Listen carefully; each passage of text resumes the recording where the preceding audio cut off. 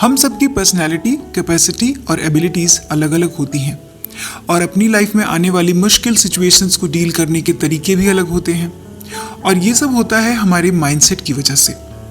सो दो तरह के माइंडसेट होते हैं, एक होता है फिक्स माइंडसेट और दूसरा होता है ग्रोथ माइंडसेट। फिक्स माइंडसेट आपको लिमिटेड रखता है, सेफ जोन में रखता है और एक लिमिट के बाद आप इसमें और प्रोग्रेस नहीं कर सकते। लेकिन ग्रोथ माइंडसेट में आपके ग्रो होने के अनलिमिटेड चांसेस मिलते हैं। आप खुद को एक्सप्लोर करके अपनी लाइफ को पूरी तरह से चेंज कर सकते हैं।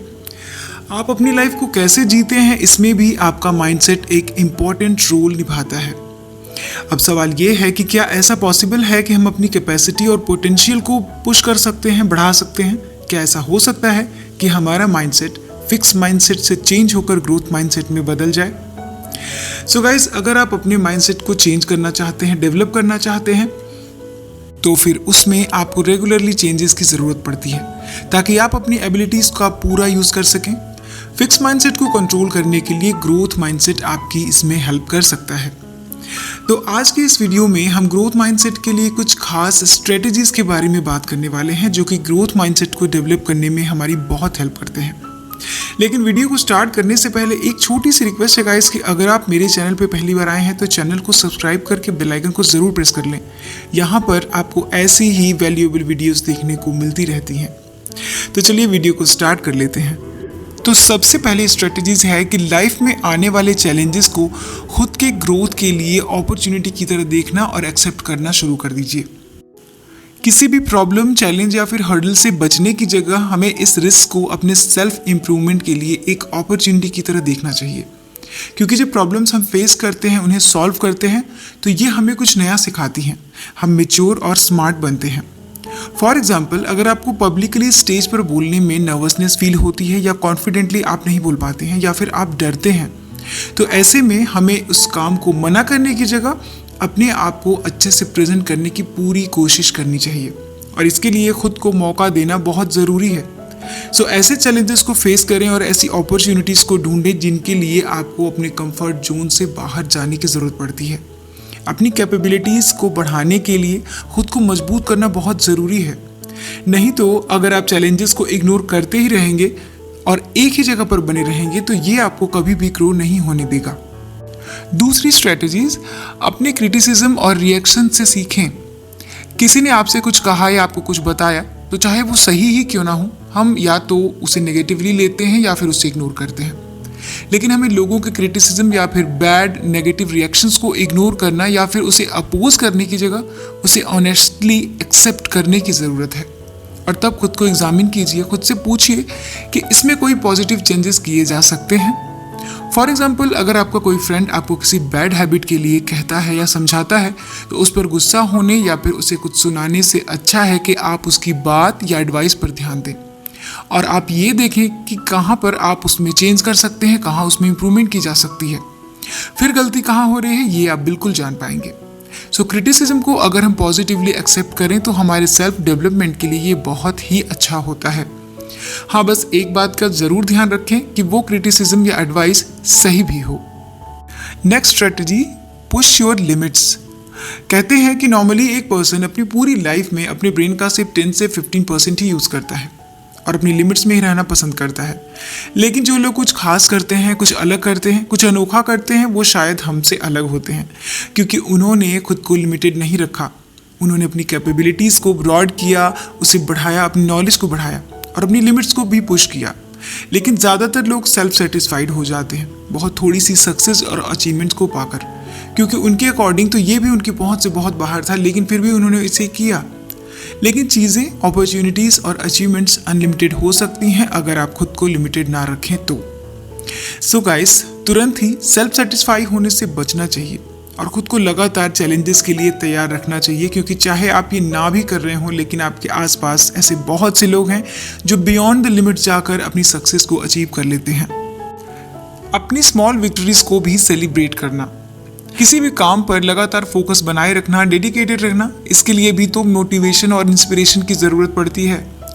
लेकिन ये आपके लिए कोई और नहीं करेगा, बल्कि आप ये खुद अपने लिए कर सकते हैं, अपनी प्रोग्रेस और ग्रोथ को सेलिब्रेट करके, अब चाहे वो छोटी ही क्यों ना हो। फॉर एग्जाम्पल, अगर आप कोडिंग करना सीख रहे हैं और आपने अपना पहला प्रोग्राम सक्सेसफुली डिज़ाइन कर लिया है, तो इसे आप सेलिब्रेट करें और इससे अपने प्रोग्रेस की तरह एक्सेप्ट करें। क्योंकि अगर आप इसके रिजल्ट्स को देखने जाएंगे तो ये एक लॉन्ग प्रोसेस लगेगा और आप इसमें बोर हो सकते हैं या फिर थक सकते हैं।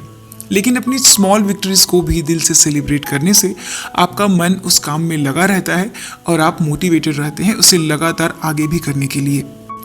अपने अंदर पेशेंस और पैशन को डेवलप करें। पेशेंस और पैशन को अपने अंदर डेवलप करने का मतलब है कि लॉन्ग टाइम में जो आपके गोल्स हैं उनमें पाने के लिए अगर आप कभी उसमें फेल भी हो जाए तो भी आप उस पर बने रहें। क्योंकि ये तो श्योर है कि जब भी आप कोई बड़ा काम करेंगे तो उसमें आप कई बार फेल भी हो सकते हैं। अब एक बार में ही आप किसी भी काम में सक्सेसफुल तो नहीं हो सकते। फॉर एग्जाम्पल, अगर आपका गोल किसी मैराथन में दौड़ना है तो एक टफ वर्कआउट रूटीन या फिर एक्सरसाइज के लिए आपको एकदम से लगना पड़ेगा, बिना रुके या फिर बिना स्किप किए। और कई बार तो आपको उसमें चोट भी लग सकती है और ऐसे में आपका पैशन और पेशेंस काम आता है।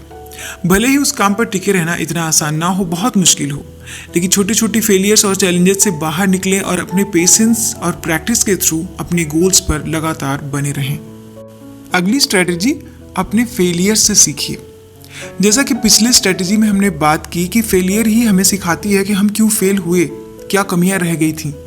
इसलिए जब भी हम किसी फेलियर को एक्सपीरियंस करें तो उसे गिव अप करने की तरह या फिर अनसक्सेसफुल होने की तरह ऑब्जर्व ना करें, बल्कि इसे सिर्फ एक न्यू लर्निंग एक्सपीरियंस की तरह देखें जो आपको बेहतर बनाने में आपकी हेल्प करेगी। फॉर एग्जाम्पल, अगर आप किसी काम में लगातार खराब परफॉर्मेंस दे रहे हैं तो अनसक्सेसफुल होने पर खुद को कोसने के बजाय इस बात पर ध्यान दीजिए कि आप अगली बार क्या क्या बदल सकते हैं और वो कौन कौन से मिस्टेक्स हैं जिन्हें आप रिपीट नहीं करेंगे। तो एक बात याद रखिए कि बिना फेल हुए आप सक्सेस को नहीं अचीव कर सकते हैं। बस जो गलतियां आप कर रहे हैं उससे कुछ सीखें ज़रूर। नेक्स्ट स्ट्रेटेजी, अपने एटीट्यूड की जिम्मेदारी लीजिए। जब आप अनसक्सेसफुल हो रहे हो या फेलियर्स को फेस कर रहे हो तो दूसरों को दोष देने से बचना चाहिए। आप अपने चैलेंजेस को किस तरह से देखते हैं, उसे किस तरह से फील करते हैं और क्या रिएक्शन देते हैं, ये पूरी तरह से आपकी जिम्मेदारी है।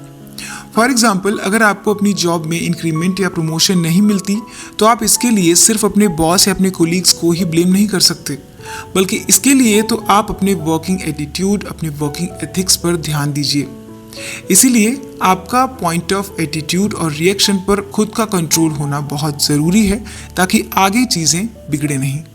अगली स्ट्रेटेजी, दूसरों से भी हमें इंस्पायर होना चाहिए। सही जगह से सही इंस्पिरेशन ज़रूर ग्रैब करना चाहिए। ये हमारे ग्रोथ माइंडसेट के लिए बहुत ज़रूरी है। तो ऐसे लोगों को फाइंड आउट कीजिए और देखिए जो अपने पेशेंस और प्रोग्रेस का माइंडसेट यूज़ करते हैं और ग्रो करते हैं। वो हमेशा हमें इंस्पायर करते हैं लगातार सीखते रहने के लिए, अपना 100% देने के लिए। और जब बात आती है खुद के ग्रोथ की तो सीखना इंस्पायर होने का सबसे बेस्ट तरीका है। इसे एक एग्जाम्पल से समझने की कोशिश करते हैं कि उन प्लेयर्स या उन एथलीट्स को देखिए, ऑब्जर्व कीजिए जिन्होंने अपने स्ट्रॉन्ग विल पावर और डेडिकेशन की वजह से बड़ी इंजरी पर भी अपना कंट्रोल बनाया है और अपने गेम को जारी रखा है। वो इंजरी उनको गेम को नहीं रोक सकती। सो ग्रोथ माइंडसेट के लिए दूसरों से हमेशा इंस्पायर होना चाहिए क्योंकि ये हमारे लिए बहुत पॉजिटिव काम करती है। नेक्स्ट स्ट्रेटजी, एक जर्नल मेंटेन करें। अपनी ग्रोथ प्रोसेस और अपने अचीवमेंट्स को एक जर्नल की तरह रोज लिखना चाहिए। ये आपको हमेशा रिमाइंड कराता रहेगा कि आपने क्या क्या अचीव किया है और आगे कितना कर सकते हैं। सो बड़ी और छोटी दोनों ही तरह की अचीवमेंट्स को ज़रूर नोट डाउन करें और साथ ही उन अचीवमेंट्स को पाने में जो भी चैलेंजेस या मुश्किलें आई, आप उनसे कैसे बाहर आए और उनसे क्या बेस्ट सीखा, ये सब कुछ लिखें। और अभी भी आपके एफर्ट में कहाँ कहाँ इम्प्रूवमेंट की ज़रूरत है, इसे भी ज़रूर हाईलाइट करें क्योंकि चीज़ों को लिखने से ग्रोथ माइंडसेट को और भी स्ट्रॉन्ग बनाया जा सकता है। और साथ ही साथ खुद को एक्सेप्ट करें और ग्रोथ माइंडसेट को मजबूत करने के लिए खुद को अवार्ड भी दें। फॉर एग्जाम्पल, जब आप कोई काम पूरा कर लें तो अपने आप को कुछ अच्छा सा गिफ्ट ज़रूर दें जिससे आप खुद को इंस्पायर कर सके कि हाँ, ये काम मैंने पूरा किया है और ये उसी का रिवॉर्ड है। सो गाइस, वीडियो को एक बार समराइज कर लेते हैं। ग्रोथ माइंडसेट डेवलप करने के लिए आपको अपने कंफर्ट जोन से बाहर जाने की, खुद को पैशनेट रखने की ज़रूरत होती है। इसमें चैलेंजेस को एक्सेप्ट करना और उनसे कुछ सीखने की एक अपॉर्चुनिटी की तरह देखना होता है। इन स्ट्रेटजीज के रेगुलर प्रैक्टिस से आप डेफिनेटली एक ग्रोथ माइंडसेट वाले पर्सन बन सकते हैं और अपनी मेंटालिटी को कंट्रोल कर सकते हैं जो आपकी एबिलिटी, आपकी कैपेसिटी को लिमिटेड रखती है। याद रखिए, आपकी एबिलिटीज़ या स्किल किसी पत्थर पर लिखी हुई लकीर नहीं है जो चेंज नहीं हो सकती, बल्कि आप अपने डेडिकेशन के थ्रू अपने स्किल, नॉलेज और अपनी कैपेसिटी को लगातार बेहतर कर सकते हैं। सो पर्सनल डेवलपमेंट के इस प्रोसेस में अपना पूरा भरोसा ज़रूर बनाए रखिए। आपकी इम्प्रूवमेंट की जर्नी लाइफ टाइम चलती रहती है, इसीलिए प्रोग्रेस के लिए खुद को ग्रोथ माइंडसेट को अप्लाई करने में पेशेंस और लगातार प्रैक्टिस की ज़रूरत होती है।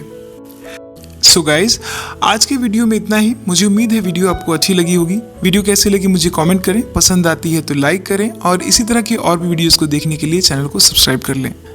सो हम मिलेंगे अपने नेक्स्ट वीडियो में नेक्स्ट टॉपिक के साथ। अपना कीमती समय देने के लिए धन्यवाद।